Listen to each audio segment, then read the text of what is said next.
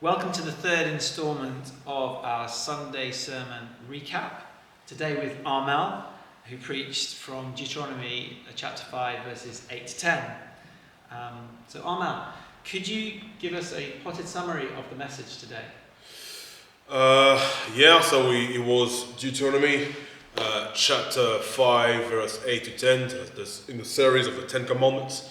And we looked at the second commandment, which is not making any images, in view to bow down to them. So pretty much not making idols. So I think the big point that we approached it was to really see how what matters to God is a proper worship. And so there is a way to worship properly. So I think many people have this view of saying, "Oh, I feel that I can relate to God in this way. I believe God is like this. I believe God is like that." No, I think what God is doing is saying that there is a way. This is the way to worship me. And I think in context, this comes after the first commandment, which is you should have only one God. And now, how should we worship this one God that we have? And that's what the thing comes down to. And that's what is behind the not making idols. That's what matters. It is a proper way to worship God. And then and the way we saw it was that was proper worship is what it involves, and it involves a rejection of all rival recipients of worship, and this idea of like a recipient of worship is mainly like who do we send our worship to, and God is to be the only one who should receive our worship, and then with the idols the idols, what happened, idols create a rival for receiving worship that is other than God. And then so I think the three challenges that were there was that's something that we shouldn't make. And so it's not just you got the physical idols, but it's also a mental image of God that we can have. So and this is something that we are called not to do, not to make. And then the other challenge is not to worship not to worship anything, or not to treat anything or anyone like God who is not God. Pretty much. So that's one thing, and one thing that is quite important was to actually a way to reject idolatry is by remembering who God is. So I think we saw some of these big things. So in short, that's what it was. Okay, thank you. So one question I have was how did the preparation of the message affect you? How did it affect me? Well, I think there was a lot of questions that I've heard. I think we did a few weeks of Q&A and things. So a lot of questions that we did even with the teenagers or many settings. Some of it touched to the idolatry part of it, and so that was one thing that I was like really thinking through. And also when you think about this challenge of you got the many different Christian traditions land on different views about what you do with icons and then that sort of things. And I think really thinking about conversations that I had with friends who are like Orthodox or Catholic or so on, and then this was things that I was working and really thinking through these things.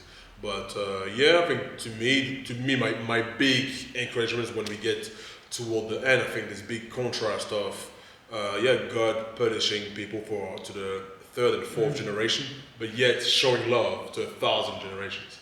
And I think that was the big thing about how the love of God surpasses our disobedience, and to me that was the most amazing truth about it. Yeah, great. Well, thanks for sharing that. I wanted to ask you, to comment on this. So some people would say that God doesn't want other images, or doesn't want images other than us. Yeah. Because when we worship images of God, then we demean ourselves as images of God. So when we, can you say that again? So yeah, it is very common. If we make images and we worship those images, then we become, our value gets low. We become demeaned. Yeah. So, and that could lead to things like in societies where there is idolatry, that we value life less, we value each other less. We tend towards things like child sacrifice, prostitution, exploitative employership, for want of a better word. Yeah. So that we are supposed to be we are the image of God. Yeah. Right from the beginning, God created man in His own image. Yeah. So is the Man, so is the point of, like, I think worshiping images, like this sort of idolatry, kind of give us a lower view of humanity as well. Is that what it is? So we are lowering the view of humanity. We are becoming less human, because less human in the way God intends us to be, because we are made as the image of God. We've fallen, but redeemed in Christ, we can look to God and not worshipping idols, and therefore we are imaging God ourselves, because as Christ is as you really well brought out, Christ is the perfect image of God, but we are also to image that. So when we worship idols, are we not also tarnishing the image of God in us? Well, I think that this is clearly seen, I think, in the Bible. I think that's the point of Romans 1, which was also read in the service. And this idea that, I think, kind of exchanging the glory of God for other things that are created, like all those things, actually how that kind of makes like a bit of all our thinking futile. And then you see that this leads to sexual immorality and all sorts of things where the value of the things that we're supposed to value, to care for, actually our standards get pretty low. And again, this is clearly seen. And even throughout you don't have to go that far. You can just stick to Deuteronomy, stick to Exodus. You do see that where idolatry actually leads throughout the history of the like a historical Israel as a nation. So how you can see the cycles going down. You can see the book of Judges, where it starts and where it ends. You can go see at first, when you look at the kingdom, you got David and you got Solomon. Solomon does a bit of idolatry, and look at where he gets to the end of his life, and look what happens after his life, and like it's quite tragic. And so this is clearly taught in the Bible, and I think and what Romans says, because I think we often see as people who we see these things that our people ignore, but I think the point about the book of Romans is that people, I include myself in it, it's like we suppress the truth. What happens? So like there's the knowledge of the truth that's there, and we reject it, and that rejection of the truth leads to the things that we see. So that's where. Yeah, thank you for that. And looking very, practically with us now, with Twynham, with churches around us, what do you see as dangers, idolatrous dangers that are around that? So for a church, I think if you think of us, I think us evangelical, I think by evangelical I mean kind of like Bible Christians. So the sort of thing, I think us, our challenge would be where we might think that because we know the truth, we are in a good place because we have a good theology that makes us safe. And I think so there's a bit of a worship of theology instead of worshipping the person who theology is supposed to be about. And so I think. So the idolatry Yes. of worshipping theology Yeah. and not actually worshipping the God. That Yes. is. So you love, instead of being, we're just theologians, but not enough Theophilus, which Yeah. is lover of God. Yeah. Wow.